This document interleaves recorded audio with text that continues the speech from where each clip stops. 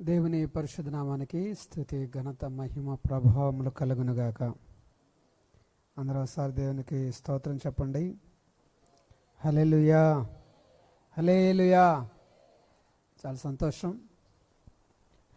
దేవుడు మంచి వాతావరణం అనుగ్రహించి ఆయన సన్నిధిని మనం అందరూ అనుభవించడానికి మంచి పరిస్థితులను దయచేశాడు. దేవుని యొక్క వాక్యంలోనికి వెళ్దాం. చూడండి, లూకా సువార్త 9వ అధ్యాయం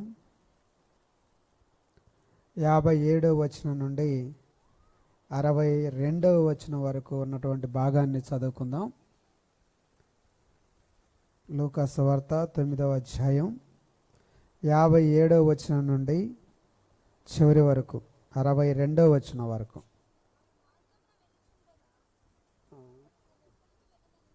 చదువు, మైక్లో చదవమ్మా. వస్తున్నారు.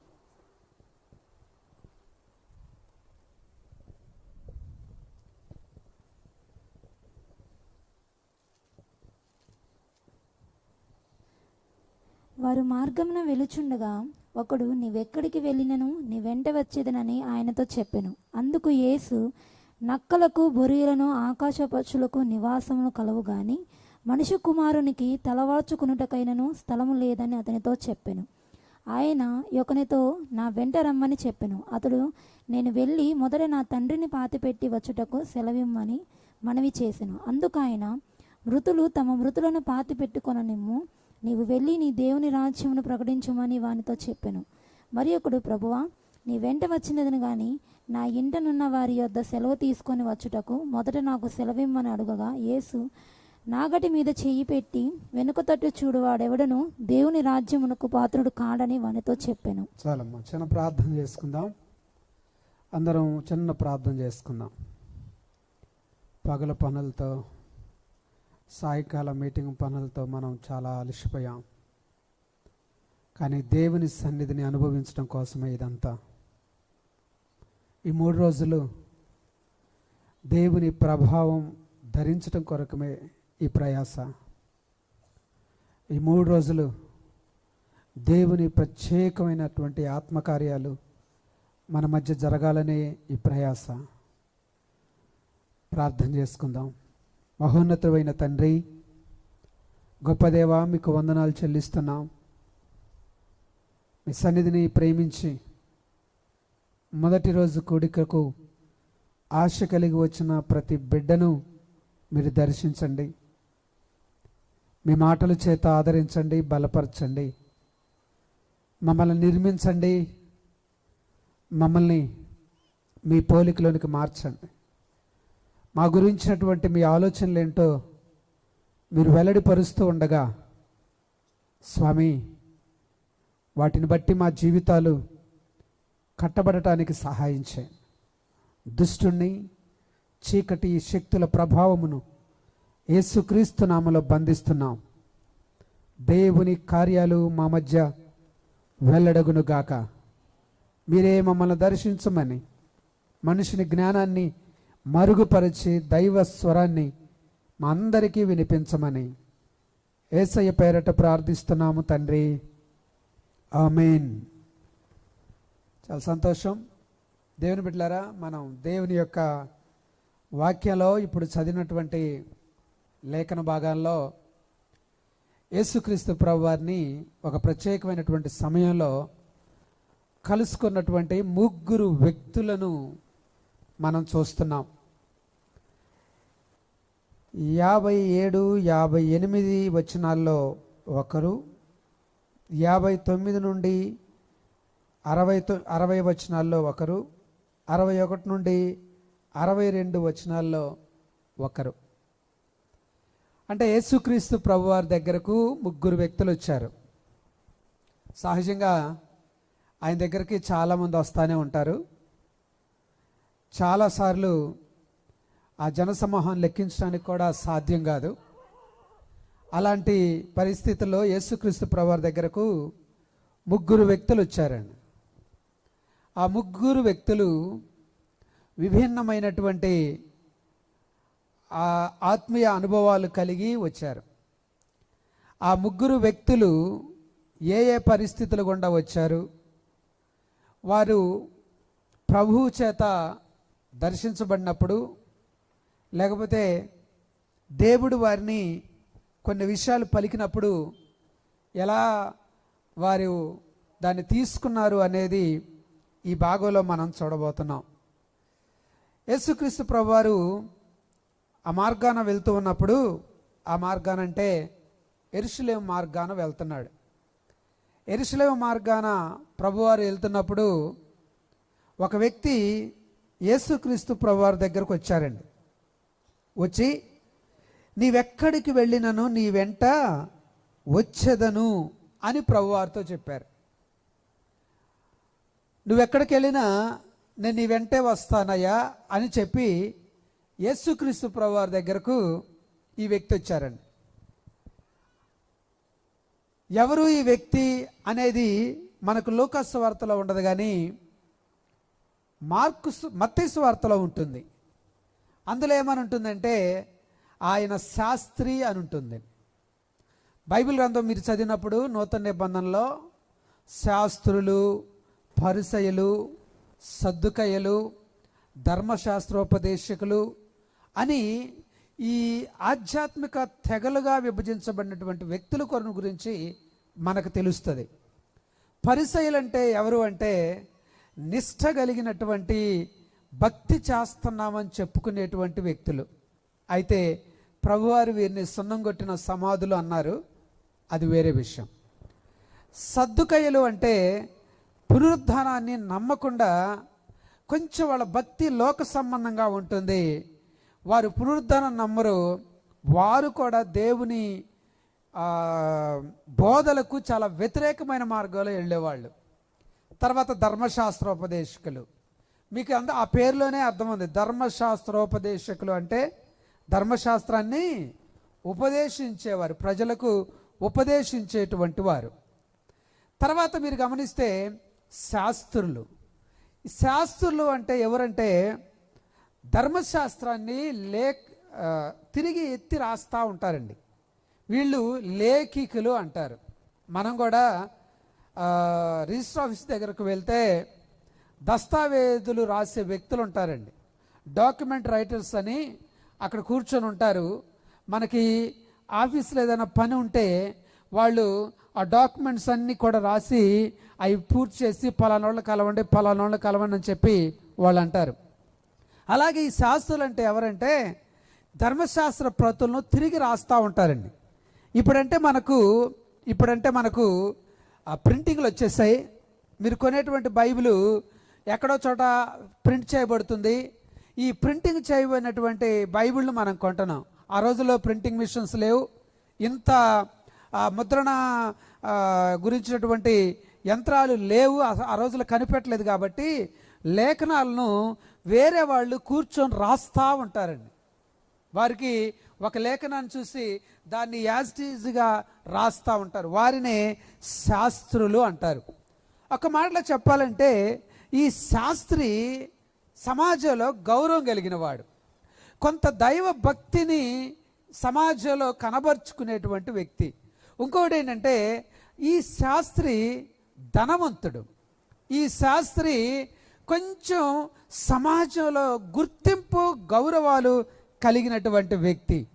అయితే ఈ శాస్త్రి వచ్చి యేసుక్రీస్తు ప్రభువారి దగ్గరకు వచ్చి, అయ్యా నువ్వు ఎక్కడికి వెళ్ళినా నేను నీ వెంట వస్తాను అంటే, ఒక మాటలో చెప్పాలంటే నేను నిన్ను అనుసరిస్తాను, నేను నీ వెంట వస్తాను అని అన్నాడండి. చాలా ఆశ్చర్యంగా ఉంటుంది ఇది. ఆయన నేను నీతో వస్తాను అని చెప్పారు అంటే దానికి కారణం ఏంటో తెలుసా? ప్రభువారిని వెంబడించాలని ఇదిగో ఈ శాస్త్రి నిర్ణయం తీసేసుకున్నాడండి. ప్రభువారిని వెంబడించడానికి ఈ శాస్త్రి ఒక నిర్ణయం తీసేసుకున్నాడు. అన్నీ ప్రభువారి దగ్గరకు వచ్చి అంటున్నాడు, అయ్యా నీవెక్కడికి వెళ్ళినను నేను నీ వెంటే వస్తాను, నిన్ను అనుసరిస్తాను అని చెప్పి అన్నాడండి. ఎంత ఆశ్చర్యం! ఎందుకు ఆశ్చర్యం అంటే శాస్త్రులు చాలామంది యేసు ప్రభువారిని వ్యతిరేకించారండి. శాస్త్రుల గుంపు చాలామంది యేసుక్రీస్తు ప్రభువారిని తిరస్కరించారు. శాస్త్రులు చాలాసార్లు యేసుక్రీస్తు ప్రభువారిలో తప్పుపట్టాలని ప్రయత్నం చేశారు. అయితే ఈ శాస్త్రి వాళ్ళలాగా యేసయ్యను ద్వేషించే వ్యక్తి కాదు, యేసయ్యకు విరోధంగా ఉన్న వ్యక్తి కాదు. ఈ శాస్త్రి మిగతా శాస్త్రుల కంటే కూడా చాలా ప్రత్యేకమైనటువంటి ప్రేమ అభిమానాలతో యేసుక్రీస్తు ప్రభువారిని వెంబడించడానికి సిద్ధపడ్డారండి.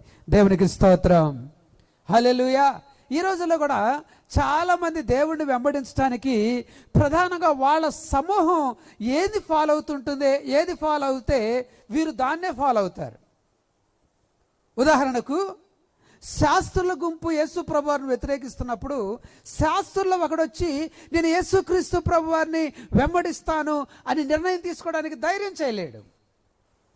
ఇప్పుడు కూడా సమాజంలో మనం చూస్తాం, మనం మందను అనుసరించడం అంటే మనకు చాలా ఈజీగా ఉంటుంది. మన గుంపును, లేకపోతే మన కమ్యూనిటీనో, లేకపోతే మన ఫ్రెండ్స్నో, లేకపోతే మన గుంపు ఎవరైనా కావచ్చు, దానికి ఏ పేర్లైనా పెట్టండి, వాళ్ళల్లో కలిసిపోవటానికి, వాళ్ళ మార్గాలు నడుచుకోవటానికి, వాళ్ళ ఆలోచన చొప్పున పోవటానికి, వాళ్ళ ఉద్దేశాల చొప్పున, అది ఆత్మ సంబంధమైన విషయాలు కావచ్చు, లోకల్ విషయాలు కావచ్చు, మనుషులకు అది చాలా ఈజీ అండి. మనుషులకు చాలా ఈజీ. చాలామందికి యేసయ్య అంటే ప్రేమ ఉంటుంది, కానీ వాళ్ళు ఏమనుకుంటున్నారో అని చెప్పి యేసయ్య దగ్గరకు రాలేరు. చాలామంది దేవుణ్ణి వెంబడించడానికి మనసున్నా సరే వారి స్వజనులు ఏమంటారో, లేకపోతే మా వాళ్ళు వ్యతిరేకంగా మాట్లాడినప్పుడు నేను మా వాళ్ళలో వేరుగా ఉంటాను కనుక నాకు వచ్చిన ఇబ్బంది ఎందుకు అని వాళ్ళతోనే కలిసిపోయి సత్యాన్ని తెలుసుకున్నా సరే, దేవుణ్ణి ప్రేమిస్తున్నా సరే, యేసు ప్రభు వారి వైపు ఆకర్షించబడినా సరే వారు పూర్తిగా బయట తిరుగుతారండి. కానీ ఈ శాస్త్రం అలాంటి వాడు కాదు. అంటే వారి సమూహము యేసుక్రీస్తు ప్రభువారిని వ్యతిరేకిస్తున్నా, ప్రధాన యాజకులు యేసుక్రీస్తు ప్రభువారిని వ్యతిరేకిస్తున్నా, పరిసయ్యుల గుంపు, సద్దుకాయల గుంపు యేసు ప్రభువారిని వ్యతిరేకిస్తున్నా, ఈయన యేసు ప్రభువారి దగ్గరకు వచ్చి ఒక్క మాట అంటున్నాడు, నువ్వెక్కడికి వెళ్ళినను నేను అక్కడికి వస్తాను. చాలా మంచి నిర్ణయం అండి, చాలా మంచి నిర్ణయం. ప్రభువారిని వెంబడించాలనుకోవటం చాలా మంచి నిర్ణయం. కానీ యేసుక్రీస్తు ప్రభువారు ఆ వ్యక్తితో ఏమని మాట్లాడతారు తెలుసా? నక్కలకు బొరియలను ఆకాశ పక్షులకును నివాసములు కలవు గాని మనుష్య కుమారునికి తలవాల్చుకొనుటకైనను స్థలము లేదు. అంటే మీరు బాగా గమనించండి, ఈయన వాళ్ళ గుంపు శాస్త్రుల సమూహం యేసుక్రీస్తు ప్రభువారిని ద్వేషించినా సరే ఈ శాస్త్రుల గుంపును కాదని ఆయన యేసుక్రీస్తు ప్రభువారిని వెంబడించడానికి వస్తూ ఉంటే యేసయ్య వెంటనే కమాన్, నేను నిన్ను ఇన్వైట్ చేస్తున్నాను, నువ్వు చాలా మంచి నిర్ణయం తీసుకున్నావు. మీ సమూహంలో, శాస్త్రుల సమూహంలో, ఈ లేఖకుల సమూహంలో, ఈ ధర్మశాస్త్రోపదేశకుల సమూహంలో ఎవరు చేయని మంచి నిర్ణయం చేశావు కనుక నువ్వు చాలా మంచి ఆత్మీయంగా చాలా మంచి ఆశ కలిగి ఉన్నావు కనుక నన్ను వెంబడించేసాయి అనలేదండి, అనలేదు. ఎందుకంటే ప్రభు అందరి హృదయ రహస్యాలు ఎరిగినవాడు. Praise the lord. ప్రభు అందరి హృదయ రహస్యాలు ఎరిగినవాడు. వారి అంతరంగంలో వారికి ఉన్నటువంటి ఆలోచన ఏంటో, వారి యొక్క మనస్సు దేని వలన ప్రభు వైపు ఆకర్షించబడిందో ఖచ్చితంగా మనం గుర్తించకపోయినా సరే, మనుషులకు అర్థం కాకపోయినా సరే, దేవుడు గ్రహించే శక్తి కలిగిన వాడు కనుక ఆయనకు అన్నీ తెలుసండి. సహజంగా ఎవరైనా వచ్చి నేను బాప్తిసం తీసుకుంటాను, నేను ఈ ప్రార్థనా మందిరానికి వస్తాను అంటే మనం అందరం ఏమంటాం చెప్పండి? బాగున్నారా? అంత బాగున్నారా? మరి ఏదో ఒకటి చెప్పండి. ప్రార్థన మాకే, మీకు కాదని అంటామా? మనం ఏమంటాం? రండి, కావాలంటే మీకు ఏదైనా ప్రార్థన విజ్ఞాపనలు ఉన్నా ప్రార్థన చేయిస్తాం, మేము మా దైవజనులు చెప్తాం, మా సంఘాన్ని చెప్తాం, అందరు మీ కొరకు ప్రార్థన చేస్తారు, వచ్చేసేని అంటామండి. కానీ మనం ఎందుకంటామో తెలుసా? మనము దాని వెనక ఉద్దేశాలు గ్రహించలేం. ఈ మధ్య ఒకడు టీవీలో కనపడుతున్నారు. ఆయన పాస్టర్ అని ఉంది, కానీ క్రైస్తవానికి వ్యతిరేకంగా డిబేట్లో కూర్చుంటున్నాడు. ఆయన క్రైస్తవానికి వ్యతిరేకంగా డిబేట్లో కూర్చుంటున్నాడు. నేను మొదటిగా ఆయన పేరు పాస్టర్ అని ఆ డిబేట్లో కూర్చుని చూస్తే ఏం మాట్లాడతారని చెప్పి 2 నిమిషాలు విన్నాను. 2 నిమిషాలు విన్న తర్వాత నాకు అర్థమైపోయింది, ఇది గొర్రె చర్మం కప్పుకున్న తోడేలు అని అర్థమైపోయింది. మనుషులుగా మనకు అర్థం కాదండి. ఒక మనిషి ప్రభువుని వెంబడించేటప్పుడు ఆ మనిషి యొక్క ఉద్దేశాలంటూ ప్రభువుకి తెలుసు. ఆ మనిషి ప్రార్థన మందిరానికి ఎందుకు వస్తున్నాడో మనుషులుగా మనకు తెలియకపోయినా, దైవజనులకు తెలియకపోయినా దేవునికి తెలుసండి. అందుకే ఈ రోజున ఇక్కడ చేరినటువంటి మనం కూడా గుర్తుపెట్టుకోవాల్సింది, ప్రభువా నేను నిన్ను వెంబడిస్తానని చెప్పి ఒక వ్యక్తి వస్తే ఆ వ్యక్తిని యేసుక్రీస్తు ప్రభువారు ఏమంటున్నాడంటే, నన్ను వెంబడించడానికి నువ్వు వచ్చావు కనుక నీకు ఒక సంగతి చెప్పాలి. ఏం చెప్పాలో తెలుసా? నక్కలకు బరియలు ఉన్నాయి. బరియలు అంటే ఏంటి? అవి ఉండే నివాసాలు. ఆకాశ పక్షులకు గూళ్ళు ఉన్నాయి. అవేంటి? విశ్రాంతి తీసుకునేటువంటి వాటి నివాసాలు. కానీ మనిషి కుమారుడికి తలవాల్చుకోవడానికి స్థలము లేదు. ఎందుకన్నాడు తెలుసా? యేసుక్రీస్తు ప్రభువారిని వెంబడించాలనుకునే వ్యక్తికి యేసుక్రీస్తు ప్రభువారు ఆయన వెంబడించడం వలన కలిగేటువంటి నిస్సహాయ పరిస్థితుల గురించి చెప్తున్నాడు. యేసుక్రీస్తు ప్రభువారిని వెంబడిస్తే ఈ శాస్త్రి యొక్క ఉద్దేశం ఏంటి తెలుసా? ఈయన యెరూషలేము వెళ్ళబోతున్నాడు. పై వచనంలో రాయబడి ఉంది, 51వ వచనంలో, ఆయన పరమునకు చేర్చుకొనబడు దినములు పరిపూర్ణమగుచున్నప్పుడు ఆయన యెరూషలేమునకు వెళ్ళుటకు మనసు స్థిరపరుచుకొని తనకంటే ముందుగా దూతలను పంపెను. అంటే ఎప్పుడో తెలుసా? ఈయన ఎవరు? ఈ శాస్త్రి ప్రభువారిని వెంబడించాలనుకుంది ఎప్పుడో తెలుసా? ప్రభువారు అప్పటికి చాలా అద్భుతాలు చేయటం ఆయన చూశాడు, చాలా దయ్యాలను వెళ్ళగొట్టడం ఆయన చూశాడు, పేరు ప్రఖ్యాతులు ప్రసిద్ధిగాంచడం చూశాడు. అదిగో ఆయన చాలామంది ఇశ్రాయేలుకు కనిపెట్టుకొని ఎదురు చూసే రాజు అని చెప్పి నమ్ముతున్నారు. ఇక యెరూషలేము వెళ్తే ఈయన రాజ్యాన్ని స్థాపిస్తాడు. యెరూషలేము వెళితే రోమా ప్రభుత్వాన్ని కూల్చేస్తాడు. యెరూషలేము వెళితే ఆయన రాజ్యాన్ని, అంటే ఇశ్రాయేలులో దావీదు కుమారుడు పరిపాలిస్తానని చెప్పబడింది కదా, ఈయన దావీదు కుమారుడుగా ఇశ్రాయేలును పరిపాలించబోతున్నాడు. కనుక ఇప్పుడు ఈయన నేను వెంబడిస్తూ పోతే నాకేం కలుగుతుందో తెలుసా? ఆ రాజ్యంలో, ఆయన కట్టబోయే రాజ్యంలో నాకు ఒక గుర్తింపు. అది మరి ఈ ఉద్దేశాలు ప్రభువుకి తెలియనివా? ఈ ఉద్దేశాలు ప్రభువుకు తెలియవా? అందుకే ప్రభు అంటున్నాడు, బాబు నువ్వు ఏ ఉద్దేశంతో నన్ను వెంబడించడానికి వచ్చావా? ఏ ఉద్దేశంతో నన్ను వెంబడించాలని నిర్ణయం తీసుకున్నావో, కానీ వాస్తవ పరిస్థితికి చెప్పాలి. నేను వాస్తవ పరిస్థితి చెప్పాలి. స్వస్థతలు జరిగినంత మాత్రాన, దయ్యాలు వెళ్ళగొట్టబడుతున్నంత మాత్రాన, రోగులు బాగవుతున్నంత మాత్రాన, అనేక మంది ప్రజలు వెంబడించటం జరుగుతున్నంత మాత్రాన, ఇదిగో ఈ లైఫ్ను మీరు ఎలా ఊహించుకోవద్దు. ఈ లైఫ్కి రెండో పక్క కూడా ఉంది. ఈ లైఫ్కి రెండో ప్రక్కన ఏంటో తెలుసా? నన్ను వెంబడించువాడు తనను తాను ఉపేక్షించుకోవాలి. నన్ను వెంబడించువాడు తన తల్లినైనా, తండ్రినైనా, అన్నదమ్ములైన, అక్క చెల్లెలైనా నాకంటే ఎక్కువగా ప్రేమించకూడదు. నన్ను వెంబడించువాడు తన సిలువను ఎత్తుకోవాలి. నన్ను వెంబడించువాడి మీదికి వాడిని మహాసభకు అప్పగించబడతారు, కొడలతో కొట్టబడతారు, చెరసాల్లో వేయబడతారు. నా నిమిత్తం జనులు మీరు నిందించి హింసించబడతా ఉంటారు. ఇవన్నీ తెలియాలనే ఉద్దేశంతో యేసుక్రీస్తు ప్రభువారు ఆ శాస్త్రికి చెబుతున్నాడు. ఏంటో తెలుసా? నక్కలకు బరియలు ఉన్నాయి, అతి విలువలేని పక్షికి నివాసాలు ఉన్నాయి, కానీ మనుష్య కుమారుడికి ఈ లోకంలో తలవాల్చుకోవడానికి స్థలము లేదు. నిజమే. ఈరోజు మనం ప్రభువుని వెంబడించడానికి ఏంటి ఆధారాలు? స్వస్థతలు, మేళ్ళు, ఆశీర్వాదాలు, అద్భుతాలు, వీటిని బట్టి మనం ప్రభువుని వెంబడిస్తున్నామా? కానీ దీని వెనక రెండో భాగం ఉంది. క్రైస్తవుడైనందుకు, క్రైస్తవురాలైనందుకు నువ్వు అవమానపరచబడతావు. ప్రభువును విశ్వసించిన కారణం చేత నీ కుటుంబం నిన్ను వెలివేస్తుంది.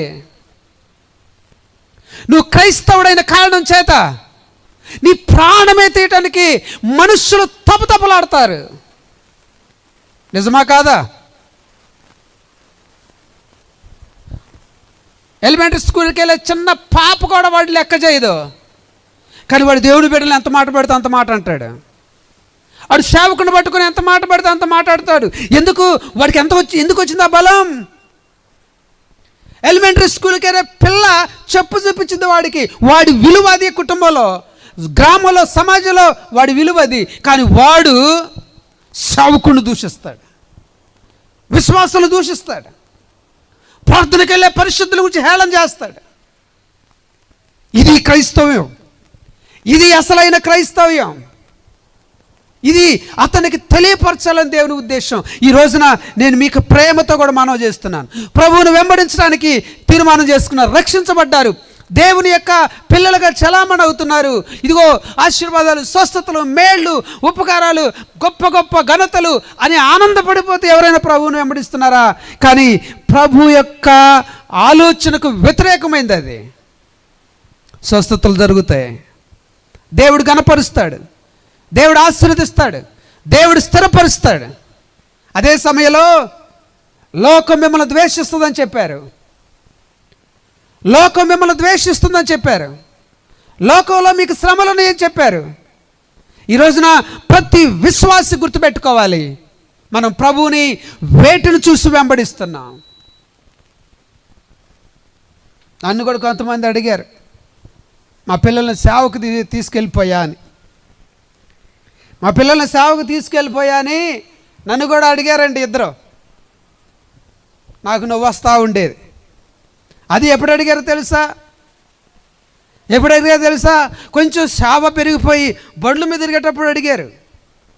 ఒక చిన్న బ్యాగ్ తగిలించుకొని బండ్లు లేకుండా ఏమీ లేకుండా ఓ చిన్నగా ఏదో ఒక ఊర్లో సేవ చేయడానికి వెళ్ళిపోయిన రోజులు నన్ను ఎవరు అడగలేదు. ఆ రోజుల్లో ఎవరు అడగలేదు నన్ను, మా పిల్లల్ని సేవలోకి తీసుకెళ్ళండి అయ్యా అని. కానీ ఎప్పుడు అడిగారంటే, కొద్దిగా పాస్టర్ గారు పచ్చ కనపడుతున్నట్టున్నాడు, కొద్దిగా పాస్టర్ గారు పర్లేదు సేవ అయితే బాగా బతకొచ్చేమో అని కొంతమంది భావించి వాళ్ళ పిల్లలు ఏది సాధించిన పిల్లల్ని నాకు సేవకు తీసుకెళ్ళిపోయా అని చెప్పి అంటాం నేను విన్నానండి. లోకం ఇంతే ఉంది. దేవుని సన్నిధిలో మీ అందరికీ నేను మనవి చేస్తున్నాను, సేవా పరిచర్య, ప్రభువుని వెంబడించే పరిచర్య, ప్రభువుకి మన జీవితాలు అప్పగించుకునేటువంటి పరిచర్య, ఆ విశ్వాస జీవితం ఎలాంటిదో తెలుసా? తన సిలువ ఎత్తుకొని నడిచే జీవితం అది, తమను తాము ఉపేక్షించుకొని నడిచే జీవితం అది, లోకానికి సిలువ వేయబడిన జీవితం అది, శ్రమకు అప్పగించబడే జీవితం అది. ఇదిగో ఇలాంటి పరిస్థితులు మనకి కలుగుతాయి. ఈ విషయాన్ని దేవుని పిల్లలు గుర్తుపెట్టుకోవాలి. ఈరోజు క్రైస్తవ్యాన్ని పాడు చేసి పెట్టేస్తున్నారు.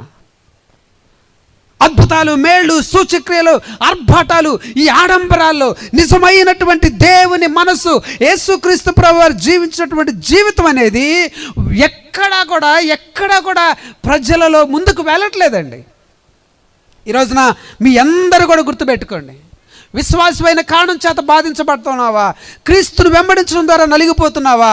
క్రీస్తును వెంబడించడం ద్వారా నీ జీవితంలో చాలా రకాల వేదన పరిస్థితులకు వెళ్ళిపోతున్నావా? ఇది వాక్యానుసారము. ప్రభువు అన్నాడు, చెప్పాడు, ఇదిగో నక్కలకు బరియలు ఉన్నాయి, ఆకాశ పక్షులకు గూళ్ళు ఉన్నాయి, కానీ మనుష్య కుమారుడు తలవాల్చుకోవడానికి కొంచెం స్థలం కూడా లేదు. మీరు కూడా ఎవరైనా రక్షించబట్టడానికి వస్తే చెప్పండి, ముందు శ్రమలు ఉన్నాయని చెప్పండి, అవమానాలు గుండగా వెళ్లాల్సి వచ్చిందని చెప్పండి, లోకం వెలివేస్తుందని చెప్పండి, నిందలు అవమానాలు వస్తాయని చెప్పండి, నిన్ను నీవు ఉపేక్షించుకోవాలని చెప్పండి. అలా అయితేనే ప్రభువుని వెంబడించడం చెప్పండి. కొత్త శిష్యులను, కొత్త విశ్వాసులు ఆయన చేర్చుకోవడానికి తొందరపడట్లేదు, కానీ ఒక్క మాట చెబుతున్నాడు, తల వాల్చుకునే స్థలం ఉండదు. నువ్వేమో చాలా అనుకుంటున్నావు. యెరూషలేము పోయి ఇంక రాజ్యాన్ని స్థాపిస్తాడు అనుకుంటున్నావు. నువ్వు చాలా విషయాలు అనుకుంటున్నావు, కానీ అసలైన సంగతి ఏంటో తెలుసా? తల వాల్చుకోవడానికి స్థలము లేదు. ఈరోజు నా ప్రియదేని బిడ్డలారా, ఎవరైనా అనుభవించారా క్రీస్తు నిమిత్తమై హింసలు? యేసుక్రీస్తు ప్రభువుని తెలుసుకోవటం ద్వారా నేను అవమానపరచబడ్డాను, నేను నిందించబడ్డాను అని ఎవరైనా అవి అనుభవించారా? అలా అనుభవించగలిగేది నిజమైన క్రైస్తవ్యం. హల్లెలూయా. ఒకసారి యేసు ప్రభువారిని ప్రజలు వెంబడించారు. ఎలా అంటే ఆయన కనపడలేదని ఎతికి పలానా చోట ఉండొచ్చానని చెప్పి పడవలేసుకొని పోయి మరీ వెతికారు. అక్కడ బాగున్నాను కపెర్నౌములో ప్రభు అన్నారు, బోధకుడా నువ్వు ఎక్కడికి ఎప్పుడొచ్చావు? మీరు అద్దరినే అనుకున్నాం మేమందరం. నువ్వు ఎక్కడికి ఎప్పుడొచ్చావు? మిమ్మల్ని వెతుక్కుంటూ మేము మళ్ళీ పడవలేసుకొని వచ్చాం అని చెప్పి వాళ్ళు యేసు ప్రభువారు అంటే ప్రభువారు అంటున్నాడు, క్షయమైన ఆహారం కోసం నువ్వు నన్ను వెంబడిస్తున్నారు, కానీ మీకు అక్షయమైన ఆహారం కావాలి అని మొదలుపెట్టాడు మాట్లాడటం. మాకు ఎక్కడ దొరుకుద్ది అని ఇంట్రెస్ట్గా అడిగారండి. మోషే మీకు పరలోకం నుంచి ఆహారం పెట్టలేదు, కానీ జీవాహారాన్ని నేనే అని చెప్పి నా శరీరాన్ని తిని నా రక్తం తాగవాడు నిత్యజీవం గలవాడు అన్నీ చెప్పేటప్పటికి ఒక పావు గంట కాలం వీళ్ళకి మైండ్ అర్థం కాకుండా అయిపోయిందని. కొద్దిసేపటికంట బైబిల్లో చెప్పబడింది, వాళ్ళందరూ ఆయనను విడిచి వెనుదిరిగి వెళ్ళిపోయారు. కొంతమందికి ఈ రొట్టెల కోసం ప్రభువుని వెంబడిస్తున్నారు. ఆయన పెట్టిన చేపలు, ఆయన పెట్టిన రొట్టెల వల్ల కడుపు నిండింది, కష్టపడకుండా కడుపు నిండుతుందనే ఉద్దేశంతో వీళ్ళు ప్రభువారిని వెంబడిస్తున్నారు. ఈ రోజున మీరు ప్రభువారిని ఎందుకు వెంబడించారు చెప్పండి? బాబు మాకు ఏం తెలియవు, మా అమ్మ మా నాన్న ప్రార్థనలో పోతారు, మేము కూడా అంతే ప్రార్థనలకు వస్తున్నాం తప్ప అసలు నువ్వేంది కొత్త చెబుతున్నావు, మాకేంది కొత్తగా అర్థం కావట్లేదు అని అంటారా? ఏ పుట్టు క్రైస్తవుడైనా సరే యేసుక్రీస్తు ప్రభువును సొంత రక్షకుడు అంగీకరించకపోతే అతని అంతరంగంలో పరిశుద్ధాత్మ క్రియలు జరగవు, ఖచ్చితంగా జరగవండి. వాళ్ళేమో చేపలు పెడుతుంటే రొట్టెలు పెడుతుంటే ఆ చేపలు రొట్టెలు అలవాటు పడిపోయి ఆయన ఎక్కడ వెళ్తే అక్కడ వెళ్తూ మేము ఆయన వెంబడిస్తున్నాం, ఆయన ఎందుకు విశ్వసిస్తున్నాం, ఆయన బిడ్డలు అని చెప్పుకుంటూ వాళ్ళు వెళ్ళిపోతున్నారు. ఈయనొచ్చి నువ్వెక్కడికి వెళ్ళినా నేను అక్కడికి వస్తాను. భలే మాట అన్నాడు ఆయన. ప్రభు నేను వెంబడిస్తా అంటలేదు, నువ్వెక్కడికి వెళ్ళినా నేను ఎక్కడికి వెళ్తాను, నేను యెరూషలేముకి వెళ్తున్నాడు అంటే నీ వెంటే వస్తాను, నిన్ను ఫాలోవర్గా ఉంటాను అని చెప్పి ఏదో గొప్ప ఘనత గౌరవాలు దొరుకుతాయి అని చెప్పి ఈయన వెళ్ళిపోతున్నాడు. దేవునిని వెంబడించటం అంటే మన జీవితంలో ఎదురయ్యే ప్రతి ప్రతికూలతను దేవుని కొరకు సహించటం. స్తోత్రం చెప్పండి, హల్లెలూయా. మీరు పరిశుద్ధ గ్రంథంలో చూడండి, అబ్రహాము దేవుడు వెంబడించాడు, ఆయనకి ఎన్ని రకాల శ్రమలు వచ్చినాయో చూడండి. దేశాలు విడిచాడు, బంధువులు విడిచాడు, తండ్రి ఇంటి వారిని విడిచాడు. ఎన్నొచ్చినా సరే ప్రభు యందు విశ్వాసం ఉంచారు. ఆ విశ్వాసము దేవుడు ఆయన నీతిమంతుడుగా మార్చి ఇదిగో ఈరోజు ప్రపంచానికి ఆయన ఆశీర్వాదకరంగా నిలబెట్టింది. దేవునికి స్తోత్రం. ఆయన అంత కోటీశ్వరుడైనా ఆత్మీయంగా అంత బలపరచబడినా ఆయన గుడారాల్లోనే నివసించేవాడంట. నిజంగా ప్రభువుని వెంబడించేవాళ్ళు దేనికోసం వెంబడించాలంటే ప్రభు అడుగుజాడల్లో నడుచుకోవాలి, ఏ పరిస్థితి వచ్చినానే ఆ తృష్ణ ఉండాలండి. మరి మీరు ఎందుకు వెంబడిస్తున్నారో గుర్తుపెట్టుకో. ఉదాహరణకు ఒక మాట చెప్తాను. మీ ఇంట్లో ఎవరైనా పిల్లకి పెళ్లి చేద్దాం అనుకున్నారు అనుకోండి, ఉద్యోగస్తులు అన్నటువంటి అబ్బాయిన్న సంబంధానికి వెళ్తారా? ఉద్యోగస్తులైన అబ్బాయి ఇంటికి సంబంధానికి వెళ్తారా? లేకపోతే ఉద్యోగం లేదు కానీ కొంచెం చిన్న బతుకు తెరువు ఉండి కొంచెం భక్తి కలిగిన వాడు ఆ ఇంటి సంబంధానికి వెళ్తారు చెప్పండి. అంతే. ఉద్యోగస్తుడు ఎంత వస్తున్నాయి, వీడికి 30,000 అవుతున్నాయి అంట, వాడికి 40 వస్తున్నాయి అంట. మనం ఏం చూస్తాం? ప్రభుని వెంబడించే క్రమంలో కూడా మనం ఇలాగనే అయిపోయామండి. ఇదేమో నేను ప్రభు యొక్క రాజ్యంలో ప్రముఖుని అవుతానని వెంబడిస్తున్నారు. రొట్టె చేపలు తిని మళ్ళీ ప్రభు దగ్గరకు వస్తే ఇవి వస్తాయని చెప్పి వెంబడిస్తున్నారు. విచిత్రం ఏంటి తెలుసా? ఒక ఆమె ఉంది, మా అందరూ తెలుసు, ఆమె పేరు రూతు. కేవలం దేవుడి కోసం వెంబడించడం మొదలుపెట్టింది. దేవునికి స్తోత్రం.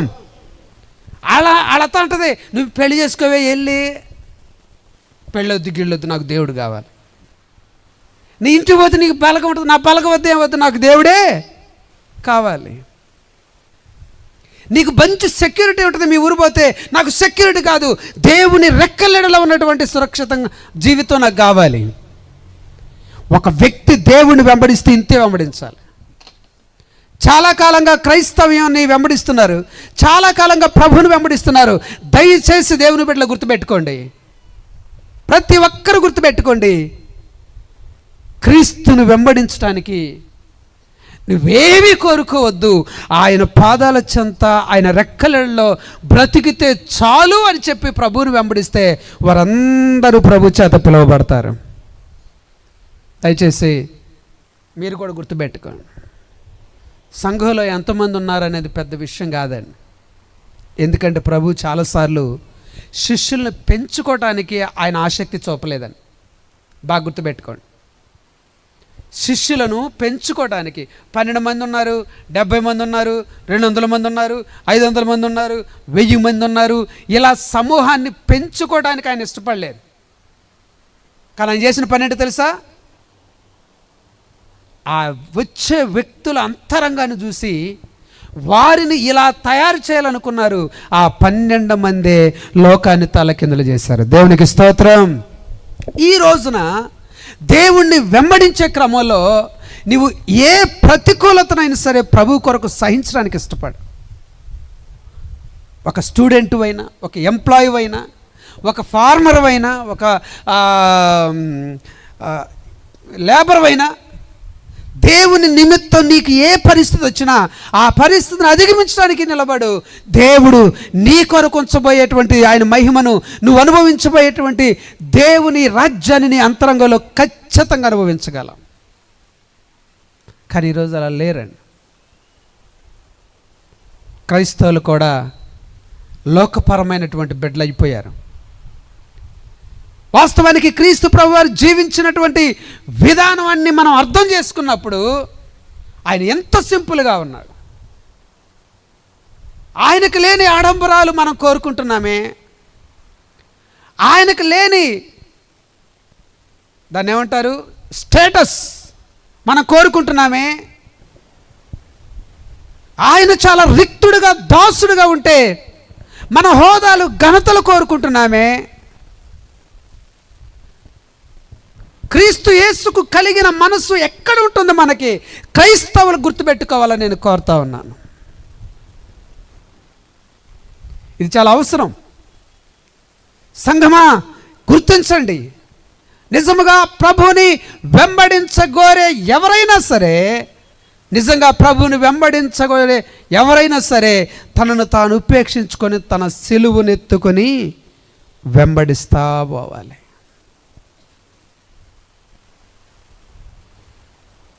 పాస్టర్ ప్రవీణ్ గారు చనిపోయారు కదా, ఆయన గురించి ఒక మాట నన్ను చాలా ఆశ్చర్యపరిచింది.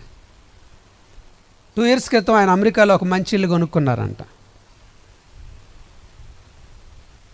2 నెలల తర్వాత ఆ ఇల్లు అమ్మేసేసాడంట. అమ్మేశాడంట.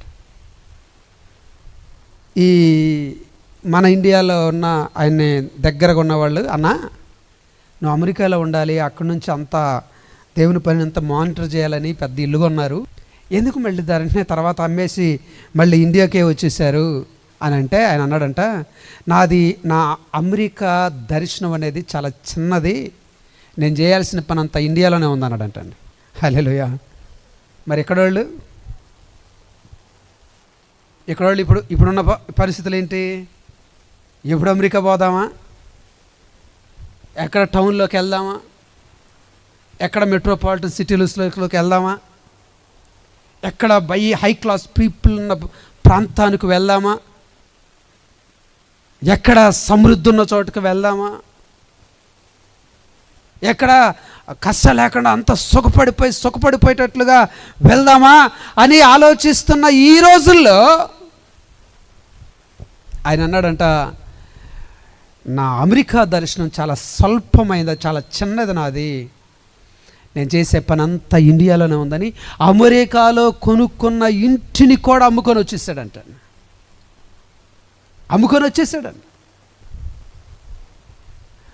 నిజంగా దేవుని ఆత్మచేత మనం నడిపించబడితే ఆ దర్శనం నిజమైనదైతే క్రీస్తు కొరకు చేయవలసిన పనిలో కానీ మనం ఏ స్థితిలో ఉన్నా సరే ఆ స్థితిలో మనం దీవెనకరంగా ఉంటాం. హల్లెలూయా.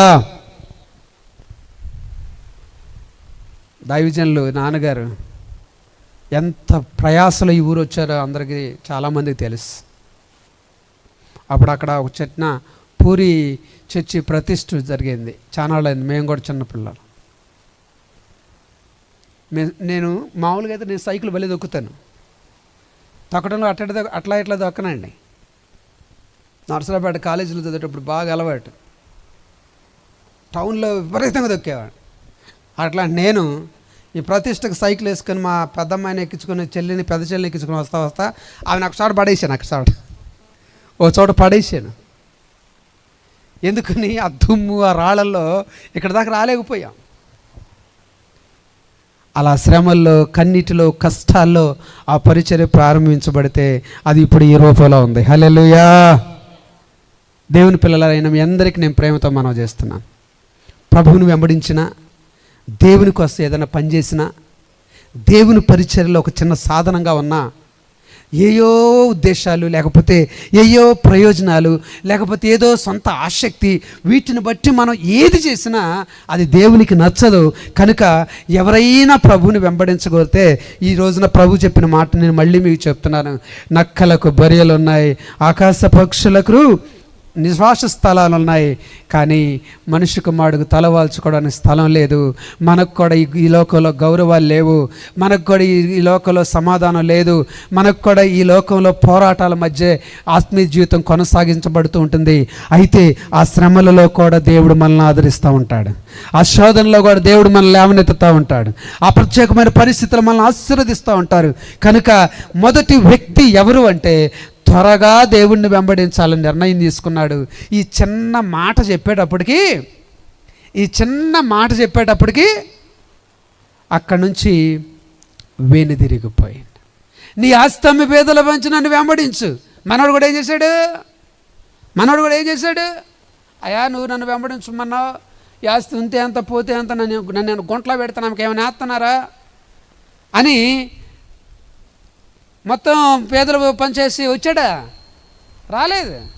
ఎందుకు తెలుసా? మనం ఎంత దేవుడిని వెంబడిస్తున్నా మనకున్నటువంటి స్వార్థాలు, మనకున్నటువంటి ఆశలు, మనకున్నటువంటి ఆకాంక్షలు, ఇది ఏది మనం మానుకోం. కానీ రూతు అంటుంది, నీ దేవుడే నా దేవుడు, నాతో పాటు మా దేశం వస్తే నీది మోడు పారిపోయిన జీవితం లాగా ఉంటుంది. నా జీవితం మోడు వైరనైనా సరే నేను సత్య దేవుని రెక్కల నీడలో బ్రతకాలి.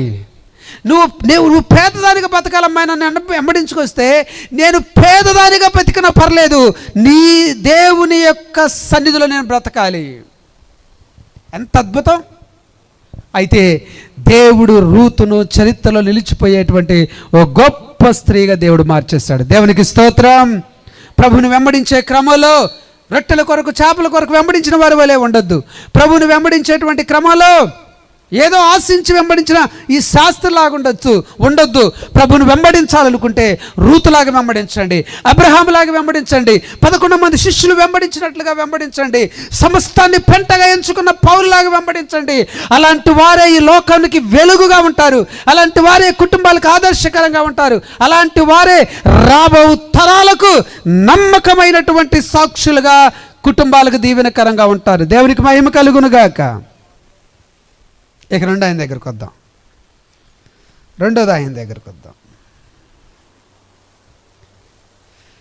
ప్రభువారు ఆయన దగ్గరికి వెళ్ళి మరి యొక్కనితో నా వెంబడి రమ్మని చెప్పాను. అతడు నేను వెళ్ళి మొదట నా తండ్రిని పాతిపెట్టి వచ్చుటకు సెలవిమ్ము అని మనవి చేశాం. ప్రభువారే నేరుగా ఒక అతని దగ్గరికి వెళ్ళి అయ్యా నన్ను వెంబడించు అన్నాడు. అంటే అప్పుడు ఆయన అంటాడు, మొదట నా తండ్రిని పాతిపెట్టి వచ్చుటకు సెలవిమ్ము. దేవుడేమో వెంబడించమన్నాడు, ఈయనంటాడు నాకు మొదట నా తండ్రిని పాతి పెట్టడానికి నాకు సెలవిమ్మన్నాడు. ఎప్పుడు సరే ప్రభువుని వెంబడించడంలో మొదట ప్రభువే అయి ఉండాలి. హల్లెలూయా. చెప్పండి. మొదట ఎవరై ఉండాలి అమ్మా? మొదట ఎవరై ఉండాలి? ప్రభువు అయి ఉండాలి. కానీ ఈయనేమంటాడు తెలుసా? మొదట నా తండ్రిని పాతిపెట్టి వచ్చుటకు నాకు సెలవిమ్ము. ఈయన ఎలాంటి వాడు తెలుసా? దేవుణ్ణి వెంబడించాలని ఆశ అయితే ఉంది, కానీ ఈయన చాలా నిదానం అన్నమాట, చాలా నిదానం. ప్రభువారు రమ్మంటంతోనే పేతురు, యోహాను, యాకోబులు, మత్తయి వీళ్ళందరూ వచ్చేసారండి. కానీ ఈయనని నన్ను వెంబడించు, వచ్చేసాయి, నన్ను అనుసరించు అని అంటే ఈయనంటాడు, ప్రభువా మొదట నా తండ్రిని పాతి పెట్టుకుని రాని అంటే ఆయన ఏం చనిపోలేదండి, అది వాడుక భాష పదం. నా తండ్రిని పాతి పెట్టుకొని రానిమ్మంటే వాస్తవానికి ఆ రోజుల్లో చనిపోయిన వాళ్ళు వెంటనే పాతి పెడతారు, ఎందుకంటే అది చాలా బాగా వేడి ప్రాంతం. అప్పట్లో ఐసుల్లో, ఫ్రీజర్ బాక్సుల్లో శవాలు పెట్టడం అనే టెక్నాలజీ అప్పుడు లేదు. పొరపాటున ఒక పూట ఉంచారా ఏమైంది పని? శవం వాసన వచ్చేస్తుంది, అది చాలా వేడి ప్రాంతం. అట్లా ఆయన చనిపోలేదండి. నా తండ్రిని పాతి పెట్టుటకు సెలవిమ్ము అంటే అర్థం ఏంటంటే, అయ్యా మా ఇంట్లో మా నాన్న చూసే బాధ్యత నాకుంది, ఇదిగో ఆయన ఏదో ఒకటి అయిన తర్వాత ఆయన కార్యక్రమాలన్నీ చేసేసుకొని అప్పుడు ఏదో ఒకటి అయిన తర్వాత అంటే ఎప్పుడు అవుతాడు? చాపరే ఎప్పుడు అవుతారు? నాకు ఒక ఆమె తెలుసు. ఆమె కోసం ఇంట్లో 14 సంవత్సరాల పిల్లలకు పెళ్లి చేశారు. ఎందుకని? నేను సత్తా నాకు మనవరాలు పెళ్లి చూడాలి అని అంటుంది. పాపం అడావుడి చేసి నిజంగా చచ్చిపోద్దని చెప్పి అడావుడి చేశాను. నేను అడిగాను, ఎందుకు ఇంతంతా చేశానంటే, ముసలి అయిపోయేటట్టుంది మనవరాలు పెళ్ళి, పోతే పోవచ్చుగా వీళ్ళని ఎందుకు చంపేయటం. విచిత్రం ఏంటి తెలుసా? ఆ అమ్మాయికి ఇప్పుడు 2 పిల్లలు, మహాతల్లి గట్టిగా బాగానే ఉంది. అసలు ఎప్పుడు ఎవరు ఉంటారో పోతారో ఎవరు చెబుతారండి? దయచేసి మీ అందరికి ఒక నమస్కారం, వీరవల్లిపై వాళ్ళకి ప్రత్యేక నమస్కారం. పిల్లలకు పెళ్ళిళ్ళు చేయబాక, దాని పెళ్ళి చూసి సత్తా అనబాక. నువ్వు పెళ్ళి చూసి వస్తావు లేదు కానీ పెళ్లి చేసుకుని ఆ పిల్ల సచ్చిద్ది పాపం. తెలిసి తెలియని వయసులో పెళ్ళిళ్ళు వాళ్ళు జరిగి వాళ్ళ గొంతులు కోయొద్దండి. పోతే పోండి మీరే. శుభకార్యం ఎన్ని శుభకార్యాలు చూడాలి మీ ఇప్పుడు జన్మలో? ఎన్ని శుభకార్యాలు చూడలేదండి? ఊళ్ళో పెళ్ళిళ్ళు, ఊరి పక్క వాళ్ళ పెళ్ళిళ్ళు, తెలిసిన వాళ్ళ పెళ్ళిళ్ళు, పరిచయం ఉన్న వాళ్ళ పెళ్ళిళ్ళు, మన పిల్లలు పోలేరు, పెళ్లి కూతురు పోతున్నా ఆ పెళ్ళిళ్ళు కూడా చూసాంగా. ఇన్ని చూసినా ఇక తనే తెరలేదా? దయచేసి వృద్ధులు, పెద్దలు, తల్లులు మీ అందరికి ప్రేమతో మనం చేస్తున్నా, కోపంతో కాదని ప్రేమతో చెబుతున్నా. ఆ పిచ్చి కోరికలు కోరబాకండి. ఏమని? దాని పెళ్ళి చూసి చచ్చిపోతున్నాయి.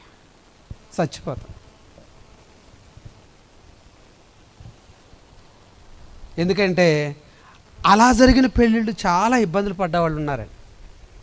అలా జరిగిన పెళ్ళిళ్ళు చాలా ఇబ్బందులు పడ్డవాళ్ళు. కొంతమందికి అదేమి ఆనందమో అదేమి విచిత్రం నాకు అర్థం కాదు. పెళ్ళిళ్ళు చూసి చచ్చిపోతారంటారు ఏంటండి.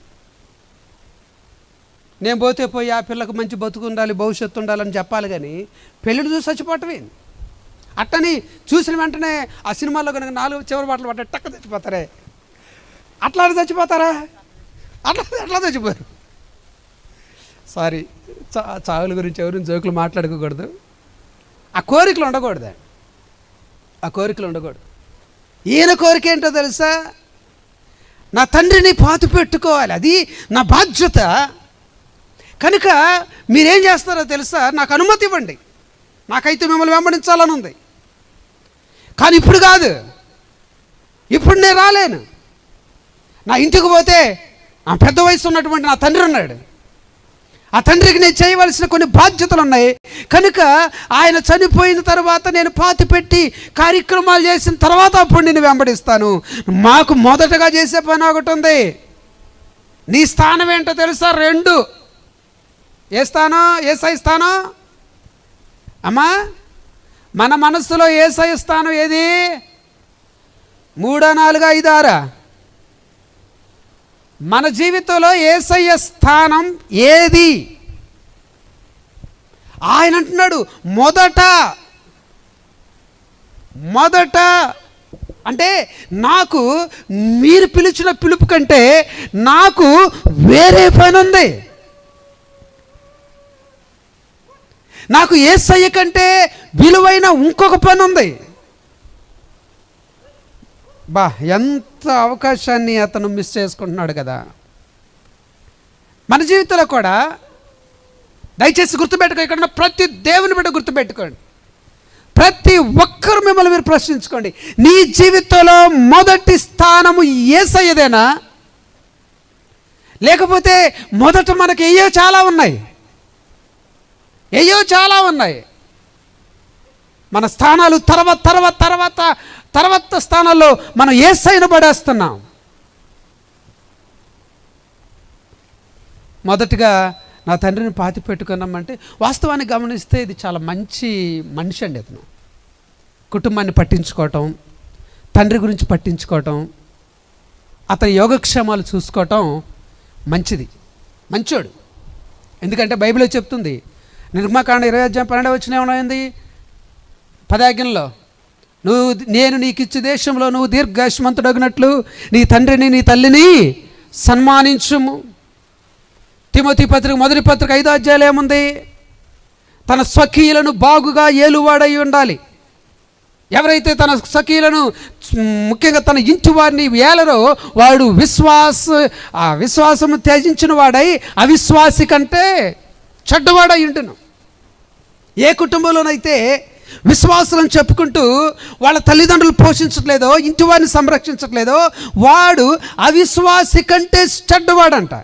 అసలు అవిశ్వాసి కంటే చెడ్డవాడు ఎవరు చెప్పండి? విశ్వాసి, అతని కంటే అవిశ్వాసి చెడ్డగా ఉంటాడు. ఈ అవిశ్వాసి కంటే చెడ్డవాడు ఎవరు? అవిశ్వాసి కంటే చెడ్డవాడు ఎవరు చెప్పండి? మీరు ఊరికి ఆలోచించండి. అవిశ్వాసం అంటే చెడ్డవాడు ఎవరు? సాతానే, ఇంకెవరో కాదండి, ఆడే దుష్టుడే. అవిశ్వాసి కంటేనే చెడ్డవాడాడు. అంటే తల్లిదండ్రులను సన్మానించటం, లేకపోతే స్వకీయులను బాగుగా ఏలటం, ఇంటి వారిని విశేషంగా జాగ్రత్తగా చూసుకోవటం అనేది ఖచ్చితంగా వాక్యపు నెరవేర్పు. అయితే దేవుని దర్శనం వచ్చినప్పుడు, దేవుని పిలుపు వచ్చినప్పుడు, దేవుడిని ఆకర్షిస్తున్నప్పుడు ఇదిగో దేవుడే మొదటి స్థానమై ఉండాలి. హల్లెలూయా. అందుకని చెప్పాడు, తండ్రినైనను పూజ చేయండి, తల్లినైనను, అన్నదమ్ముళ్ళనైనను, అక్కచెల్లెళ్ళైనను నాకంటే ఎక్కువ ప్రేమించేవాడు నాకు. చాలామందికి కుటుంబం ఒక విగ్రహం, చాలామందికి వారి బాధ్యతలు ఒక విగ్రహం, చాలామందికి వారి ఉద్యోగాలు వారికి విగ్రహం, చాలామందికి వారి చదువులు వారికి విగ్రహం, చాలామందికి వారికి ఉన్నటువంటి ప్రత్యేకమైన పనులు వారికి విగ్రహాలు. పనికిరారు వీళ్ళు, దేవునికి పనికిరారు. దేవుడు అదే అంటున్నాడు, దేవుడికి అదే చెప్తున్నాడండి. ఏమంటే మొదట నా తండ్రిని పాతి పెట్టుకోవడానికి నువ్వు సెలవిస్తే ఆ బాధ్యతలన్నీ తీరిన తర్వాత అప్పుడు నీ పని చేస్తాను. నా బాధ్యతలు తీరిన తర్వాత అప్పుడు నేను మారు మనసు పొందుతాను. నాకు కొన్ని సమస్యలు ఉండేలే, అవి తీరిన తర్వాత అప్పుడు నీ టైంలో ఆయనది మొదటి భాగమై ఉండాలి, నీ డబ్బులో ఆయనది మొదటి భాగమై ఉండాలి, నీ పనుల్లో ఆయనది మొదటి భాగమై ఉండాలి. ఇదిగో నీకున్న ఆశలు కోరికల్లో ఆయన మొదటి భాగమై ఉండాలి. ఆయన మొదటిగా ఉండగలిగితేనే మిగతా ఎన్ని చక్కగా ఉండగలుగుతాయి. కొంతమంది ప్రభువుకి మొదటి స్థానం ఇవ్వరండి. ఆయన అలుసు.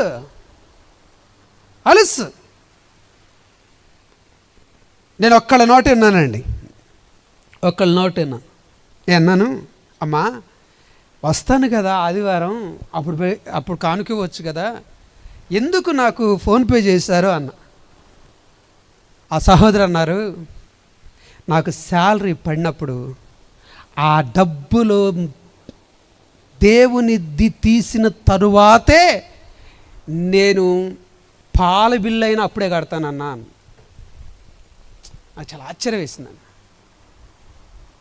తన శాలరీ పడిన మరుక్షణం, మరుసటి రోజు ఆదివారం అయితే నా చేతికి ఇచ్చి ప్రార్థన చేయించుకుంటారు, లేకపోతే వెంటనే ఫోన్పేలో నాకు అమౌంట్ ఇచ్చేస్తాను.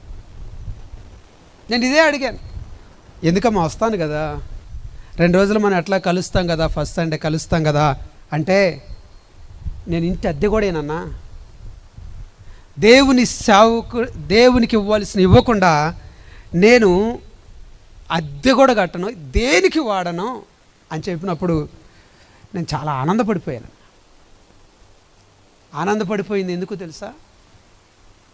సమయాన్ని, ధనాన్ని, సామర్థ్యాన్ని మొదటగా దేవునికే ఖర్చు పెట్టాలనుకోవటం అనేది దేవునికి మొదటి స్థానం ఇవ్వటం.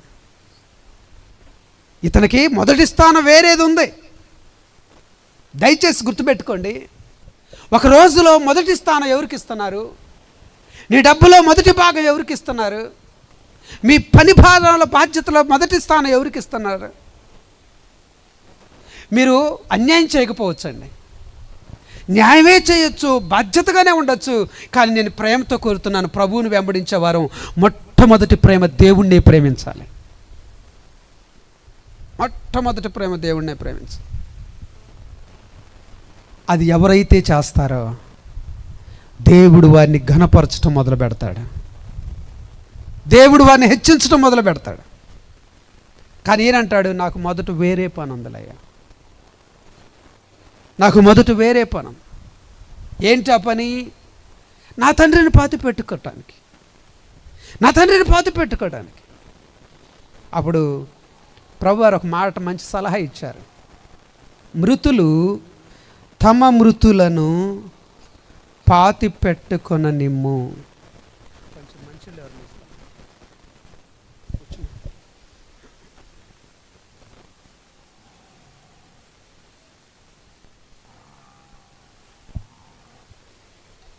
మృతులు తమ మృతులను పాతి పెట్టుకో అంటే దాని అర్థం ఏంటో తెలుసా?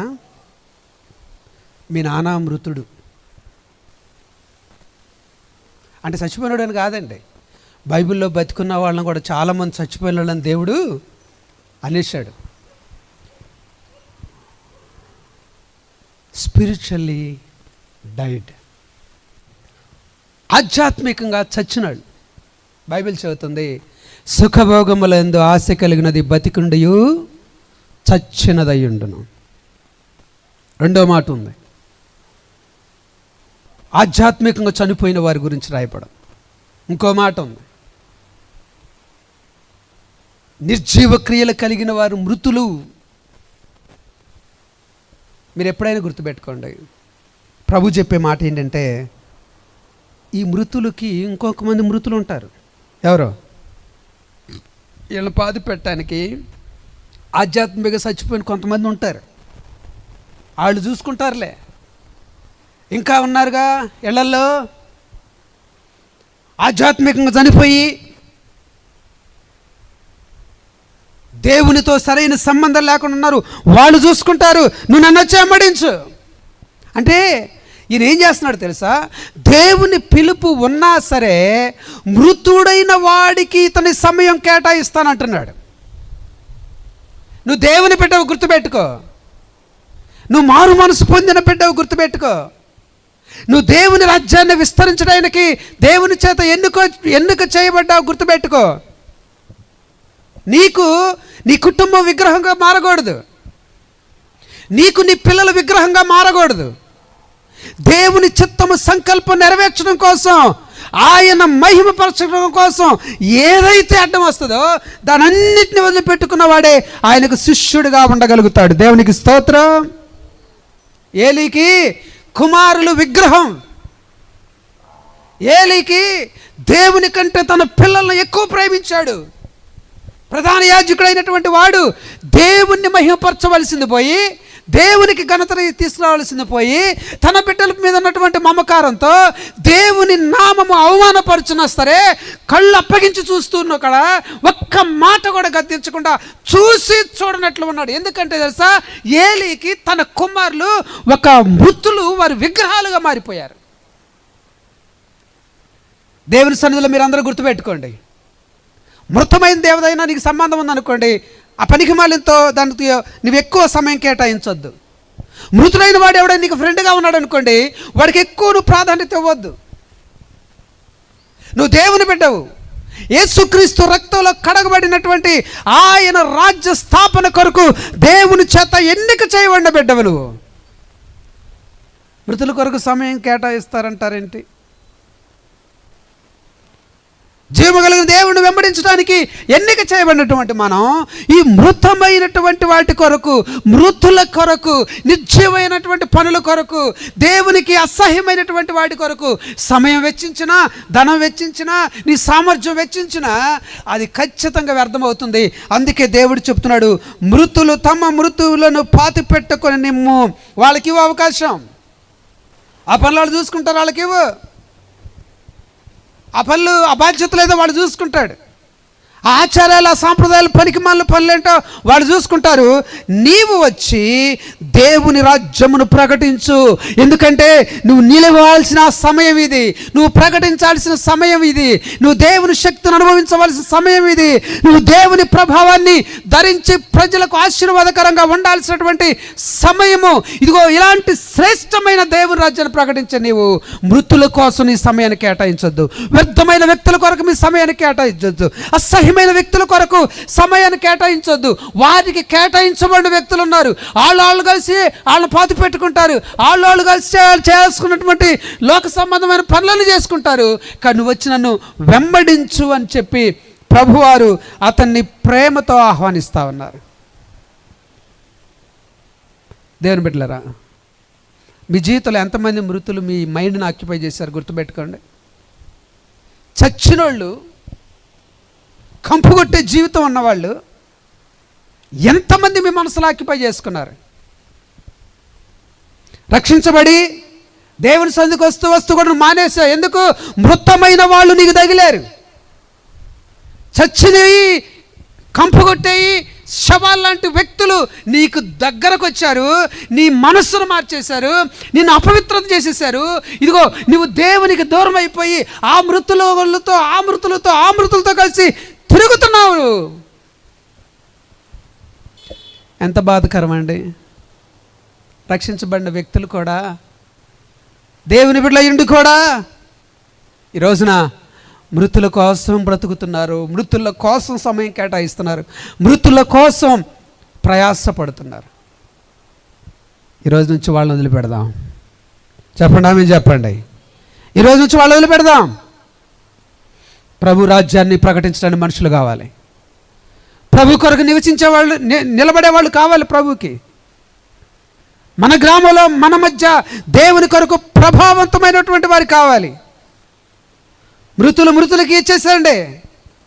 ఆ నిర్జీవకీలమైన పనికిమాలిన కుల తగాదాలు, పనికిమాలిన రాజకీయ తగాదాలు, వ్యర్థమైనటువంటి ఈ సినిమా సాహిత్యాలు, ఆ పనికిమాలిన విషయాలు, ఆ వ్యభిచారపు తలంపులు, ఆ చీకటి బంధకాలు, ఆ తాగుడు వ్యసనాలు అవన్నీ మృతులుగా అప్పగించండి. మీరు దేవుని రాజ్యాన్ని ప్రకటించడానికి మీరు కావాలి. దేవుని రాజ్యము, దేవుని సన్నిధి ప్రజల్లోకి విడుదలవటానికి మనము దేవుని చేత ఎన్నిక చేయబడ్డాం. కాబట్టి నా ప్రియమైనటువంటి దేవుని బిడ్డలారా, దేవుని పేరిట మీకు మనవి చేస్తున్నాను. ఈ రెండో వ్యక్తి ఎవరంటే చాలా నిదానంగా ఉన్న వ్యక్తి, చాలా నిదానంగా ఉన్నాడు. మొదట ఆయనేమో అసలు ప్రభు పిలవకముందు నేను వచ్చేస్తాను, నువ్వు ఎక్కడికి వెళ్తే నేను అక్కడికి వచ్చేస్తానన్నాడు. ఈయనేమో నువ్వు రాయా దేవుని రాజ్యాన్ని ప్రకటించాలంటే కాదు, ఇప్పుడు కాదులే, మా తండ్రిని పాతి పెట్టుకొని నిమ్మని చెప్పాడని. దేవుని పేరిట మీ అందరికీ మనం చేస్తున్నాను, ఏది మీకు దేవుణ్ణి దూరం చేసే విగ్రహం మీ మనసులో ఉండకూడదు. అవి యేసు నామములో తొలగిపోవునుగాక. చెప్పండి, అందరు పెద్దగా చెప్పండి. అవి యేసు నామములో మన మనసులో తొలగిపోవునుగాక. మొదటి స్థానం అయిందే, తర్వాతే కుటుంబం అయినా, తర్వాతే ఉద్యోగం అయినా, తర్వాతే ఏ బాధ్యత. ఎందుకంటే అలాంటి వారి ద్వారానే దేవుడు స్వల్పమైన గుంపైనా సరే శ్రేష్టమైన కార్యాలు ఆయన చేయగలుగుతారు. మూడోది చూస్తే 61వ వచనంలో ఉందండి. మరి ఒకడు, ప్రభా నీ వెంబడి వచ్చేదని కానీ నా ఇంటనున్న వారి యొద్ద సెలవు తీసుకుని వచ్చేటకు మొదట నాకు అది. వీళ్ళందరికీ ఏంది మొదట అంట, మొదట నాకు సెలవు ఇయ్యి అంటున్నాడు. ఇతను ఇదొక టైప్ మనిషి. ఇతను ప్రభు కూడా పిలిచాడా? పిలవలా. కానీ ఈయన ఆసక్తికి వెళ్ళాడు. ప్రభువా నీ వెంట వచ్చేదను కానీ నా ఇంటనున్న వారి యొద్ద సెలవు తీసుకుని వచ్చేటకు మొదట నాకు సెలవు. నేను వస్తాను నీతో, నేను వెంబడించడానికి. అయితే ఒక పని చేయి, నా ఇంటికి వెళ్ళి మా వాళ్ళ దగ్గర పర్మిషన్ తీసుకొని రావాలి అన్నాడు. ఎంత విచిత్రం చూడు. ఈయన జీవితంలో బహుశా వాళ్ళ కుటుంబాన్ని వెన్నాడాలని ఉన్నాడండి. ఆ కుటుంబాన్ని వెన్నాడాలని ఉన్నాడు. కానీ ప్రభువుని వెంబడించాలని కూడా ఉన్నాడు. ప్రభువుని వెంబడించడానికంట ఈయన వెళ్ళి తన ఇంటి వారిని యొద్ద సెలవు పుచ్చుకొని వచ్చుటకు నేను ఇంటి దగ్గరికి వెళ్ళి ఇంటి దగ్గర అడిగి వస్తా. చాలామంది ఇంటి దగ్గర వాళ్ళని అడిగి బాప్తీసం తీసుకుంటా అంటూ ఉంటారు. మా వాళ్ళ చెప్పి బాప్తీసం తీసుకుంటానంట. ఏది చేయాలన్న దేవుడికి సంబంధించింది ఇంట్లో పర్మిషన్ తీసుకుంటానండి. పర్మిషన్ తీసుకోవటం తప్పలేదండి. కానీ నువ్వు దేవుని కొరకు చేయాలనుకున్న దానికి వారు అడ్డు పెడితే నువ్వేం చేస్తావు? సరే ఈయన ఇంటికి వచ్చాడు, ఇదిగో నేను ప్రభువుని వెంబడించడానికి వస్తున్నాను, కానీ ఇక మీరు జాగ్రత్తగా ఉండండి, దేవుడు మీకు తోడుకుంటాడు, మీకు కావాల్సినన్ని దేవుడు సమకూరుస్తాడు, ఇదిగో విశ్వాసంతో ఉండండి, నేను పోతున్నా బాయ్ అని చెప్పి వెళ్తానని చెప్పి బయలుదేరాడు అనుకోండి. వాళ్ళు వెళ్ళొద్దండి అని ఆమె ఏడిసి, అదిగో డాడీ వెళ్ళొద్దు డాడీ అని ఏమి ఏడిసి, మీరు పోతే ఎట్లా అని చెప్పి పెద్దోళ్ళు అండి వీళ్ళు అన్నారు అనుకో, మళ్ళీ ఏం చేస్తాడు మనోడు? ఏసాయికి బాయ్ చెబుతాడు. Double minded. ఏసై దగ్గరికి నేను ఎమ్మడించి వస్తాను, ఇంటి దగ్గర పర్మిషన్ తీసుకురావాలి అన్నాడు. ఇంటికి పోయిన తర్వాత వాళ్ళు వద్దు అంటే మళ్ళీ ఏసైకి బాయ్ వాళ్ళు వద్దు అంటున్నారు కానీ నువ్వు వెళ్ళి అంటాడు. అంటే ద్విమనస్కుడు.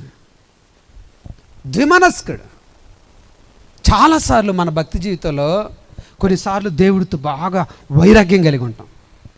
అదే సమయంలో ఏం తెగులొచ్చిందో తెలుసా? ఆ లోకస్తులతో కలిసినప్పుడు, ఆ లోక సంబంధమైన విషయాలు కలిసినప్పుడు మళ్ళీ అటు ఇన్వాల్వ్ అయిపోతాం.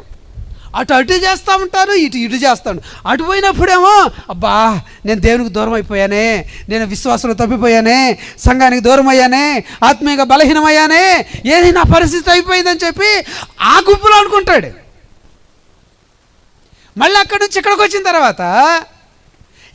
తర్వాత మళ్ళీ ఆటు మీద పీకుతూ ఉంటుంది. నా ఇంటి వారి పర్మిషను, నా బంధువుల పర్మిషను మళ్ళీ అడుగుతూ ఉంటుంది. ఇదే ద్విమనస్కుడు చంచలుడై ప్రతి దానిలో అస్థిరుడు అని చెప్పి యాకోబు పత్రిక చెప్పబడింది. ఏలియా గారు కూడా ఇదే కోపడతారండి. ఎన్నాళ్ళు మీరు రెండు తలంపుల మధ్య ఉంటారు? చల్లగానైనాను వెచ్చగానైనాను ఏదో ఒకటి ఉండాలి కదా. ఇది విశ్వాసుల్లో మూడో రకం. దేవుని వెంబడించే వారిలో ఇది మూడో రకం. ఇటు దేవుని మీద మనసు ఉంటుంది, అటు లోకం మీద మనసు ఉంటుంది. ఇటు దేవుని కార్యాలు చేయనప్పుడు కుటుంబం పర్మిషన్ అడుగుతారు, కుటుంబంలో ఉన్నప్పుడేమో దేవుని విషయాలు చేస్తే బాగుండు అనుకుంటారు. ఈ మూడో రకం విశ్వాసులు ఈ ఈ రెండు రకాల మనస్సులు కలిగి ఉంటారు. ప్రభు వారితో ఏం చెప్తున్నాడంటే, నాగటి మీద చెయ్యి పెట్టి వెనక తట్టు చూచువాడెవడును దేవుడి రాజ్యమునకు. నాగటి మీద చేయి పెట్టారు, దున్నాలి అంటే దాన్ని లైన్లో దున్నాలి. సాలు కరెక్ట్గా పడాలి అంటే వెనక చూస్తే పడుద్దా? ఎటు చూడాలి? ముందే చూడాలి. వ్యవసాయదారుడు నాగలి దున్నుతూ ఉన్నప్పుడు నాగలు పట్టుకొని ముందు పట్టుకొని దున్నుకుంటా పోతే సాలు కరెక్ట్గా పడుతుందండి. నాగలే ముందుకు వెళ్తుంది, నాగటి మీద చేయబెట్టి వెనక్కి దిగితే ఏమవుద్ది చెప్పండి? లోతు భార్య ఏమైంది? ఏమా లోతు భార్య ఏమైపోయింది? ఇప్పుడు స్తంభం అయిపోయింది. నాగటి మీద చేయబెట్టి ముందుకే వెళ్ళాలి. వెనక చూస్తే లైన్ కరెక్ట్గా పడదు, సరళ రేఖ పడదు. సాల్ కరెక్ట్గా ఉండాలి అంటే ముందుకు చూసి చాలా జాగ్రత్తగా తను తోలుతున్నటువంటి ఆ ఎద్దులను కరెక్ట్గా పద్ధతిలో తీసుకెళ్తూ ఉంటే కాన్సన్ట్రేషన్ అంతా నాగల మీద, ఎద్దుల మీద, సాలు మీద, ఆ భూమి మీద పెట్టినప్పుడు అది కరెక్ట్గా వెళ్ళిపోతుందండి. అంతేకాకుండా ఎద్దులు పోతానే ఉన్నాయి, దాని మీద చేయబెట్టి వెనక్కి తిరిగి చూస్తే అదొక దారిపోతుంది, మైండ్ అంతా ఇటు ఉంది, ప్రయాణం ఏమో అటు ఉంది, మధ్యలో ఆ చేనంతా అస్తవ్యస్తం అవుతుంది. కనుక దేవుని రాజ్యంలో ప్రవేశించాలంటే వెనక తట్టు చూడొద్దు. Praise the lord. మూడో రకమైన విశ్వాసి వెనక చూస్తున్నాడు, నాగల్ని ముందు పట్టుకున్నాడు. నేను కూడా చాలా క్రితం మనకు అప్పుడు మన చేలో వరి వేసేవాళ్ళు. వరి కోతకు ముందు దాన్ని ఏమంటారు, పాయలు తీయాలి. కోత కొయ్యటానికి ముందు పాయలు తీయాలి. నన్ను పాయలు తీస్తావురా అన్నాడు మా నాన్న. తీసుకొస్తాలే అన్న. 2 కర్రలు కూడా ఇచ్చాడు, తీసుకెళ్ళాను. మరి ఎట్ట తీయాలి ఏమని అడగలా, ఏముంది పాయలేగా. ఈ కర్రతో 3 కొలతలు గొలువు అన్నాడు. ఒక్కో పాయ ఎంత ఉండాలంట? 3 కొలతలు వేసి తీసేసాయి పైనుంచి కిందకి అన్నాడు. పోయా 3 కొలతలు వేసి కర్ర నాటుకున్నా. ఎక్కడ నాటంటే వెనక నాటే. ఈ 2 కర్రలు పెట్టుకొని దాన్ని వెనక చూడటం, చూస్తే అదేంటి ప్రపంచ పటంలాగా వచ్చినాయి. ఒక సవాలు రాలేదు, అది ప్రపంచ పటంలో దేశాలు ఉంటుంది చూడు, అటబడితే అట్లా వచ్చింది. అది కాకుండా ఆ రోజుల్లో చేలు గట్ల మీద కంది చెట్లు వేసేవాళ్ళు, కందుల కోసం, కందిపప్పు కోసం. ఒక మాడి నుంచి ఇంకో మాడికి ఈ కంది చెట్లు అడ్డం ఉండి కనపడదు. నేను వెనక కర్ర నాటాను, పాయలు తీసుకుంటా పోయి తీస్తే అది ఎట్లా ఉంది, అది నేషనల్ హైవే లాగుందా, లేకపోతే స్టేట్ హైవే లాగుందా, లేకపోతే పంచాయతీ రోడ్డు లాగుందో తెలియదు. మొత్తానికి తీసి వచ్చా. అంతా అలిసిపోయి, భారం తలిసిపోయి ఇంటికి వచ్చాం. తర్వాత వెళ్ళి ఏదో విత్తనాలు చల్లి ఏంద్ర అట తీసాం, పాయలేంద్ర అట తీసేవారు. ఎడ తీసేవారంటే ఎర్ర కర్ణాటి దాన్ని తీసుకుంటూ పోయా. ముందు నాటుకొని దాన్ని చూసుకుంటా ఇట్లా తీయాలని అన్నారు. ఏం చేస్తాం, మళ్ళీ దాన్ని బాగు చేస్తాం కుదిరిద్దా? దాన్ని బాగు చేస్తాం కుదిరిద్దా? కుదరదు. నీలోపు ఒక వారం తర్వాత కోతోళ్ళు వచ్చారు, కోత కోసేవారు. ఆ మేస్త్రి గారు ఎప్పుడు చిన్న పాయలో పట్టిద్దంట. మేస్త్రులు అంతే చేయరుగా పని సరిగా. ఉన్నారా మేస్త్రులు ఇక్కడ ఎవరన్నా ఉన్నారా? లేరా? సరే మేస్త్రులు లేరా? అందరూ మేస్త్రులేనా? ఆమెమో ఎప్పుడు చూసినా చిన్న పాయలో పట్టిద్దంట. మేస్త్రులు చేయరుగా పని, పెత్తనది చెప్తారు. కానీ ఈ మడి దాటేటప్పటికి పోయేటప్పటికి పెద్ద పాయ అయిపోయింది. పోయేటప్పుడు పెద్ద పాయ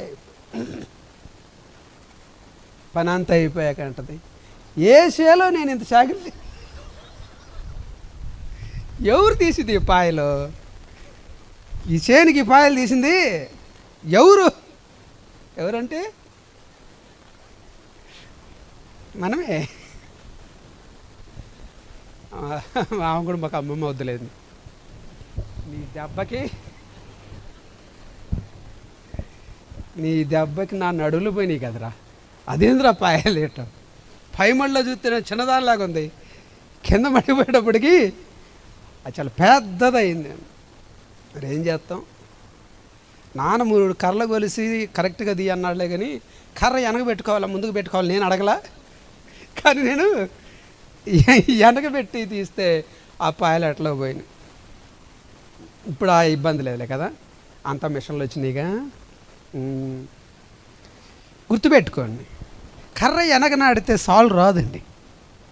నాగటి మీద చేయి పెట్టి వెనక చూస్తే కూడా పొలం కరెక్ట్గా ఉండదు. ముందుకే సాగిపోదాం. దేవుని స్తోత్రం. 3 రకాలైన విశ్వాసాలను మీ ముందుంచాను. కేవలం ఘనత, గొప్పతనం, గౌరవం, ఆర్భాటాలను చూసి వెంబడించే విశ్వాసులు. ప్రభువారు అంటున్నాడు, నువ్వు ఉపేక్షించుకోవట్లేదు, సిలువెత్తుకోవట్లేదు, నువ్వు తగ్గించుకోవట్లేదు, క్రీస్తు నిమిత్తమైన నిందలను భరించట్లేదు. అది కూడా ఆత్మీయ జీవితంలో ఒక భాగమని దేవుడు చెప్తున్నాడు. రెండవది నేను వెంబడిస్తాను, అయినా నేను నా ఇంటికి వెళ్ళి నా తండ్రిని పాతి పెట్టుకొని వచ్చిన తర్వాత వెంబడిస్తాను.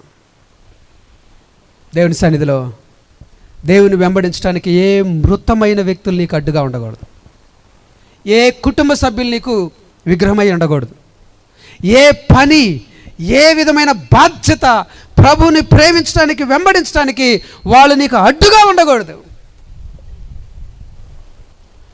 అదన్నీ తెలిసే ప్రభువారు ఆయన ఎక్కువ ప్రేమించమని చెప్పారు. దయచేసి నేను ప్రేమతో వేడుకుంటున్నా, మీ జీవితంలో ఉన్న మృతులను తొలగించుకుంటా ఉన్నాను. మీ జీవితంలో ఉన్నటువంటి ఈ మృతులు నీ దర్శనం నుండి, నీ ఆశీర్వాదాల నుండి, నీ వెలుగు, నీ యొక్క దైవిక ప్రభావం నుండి నిన్ను దూరం చేయబోతున్నారు. కనుక ఈ మృతులను మృతులకు వదిలేసే నువ్వు దేవుని రాజ్యం కొరకు జీవించడానికి సిద్ధపడు. 3వ విశ్వాసి, వస్తాను కానీ ఇంటి దగ్గర పర్మిషను, నాకు ఇల్లు కావాలి, నువ్వు కావాలి. ఇంట్లో వాళ్ళు వద్దంటేనే నిన్ను వదులుకుంటాను, లేదు వాళ్ళ మీద చిరాకు వస్తే నీ దగ్గరకు వస్తాను. 2 రకాల మనస్తత్వాలు విశ్వాసంలో. ఈ 3 ఎక్కడున్నాం మనం ఒకసారి ఆలోచించుకోవాలని మనవి చేస్తూ, ఇంకా ఈ 2 రోజు కూడికల్లో దేవుడు అనేకమైన అద్భుతాలు మన మధ్య చేయబోతున్నాడు. ఆమెన్ చెప్పండి. దేవుడి మాటలు దీవించును గాక. ఆమెన్. Thank you.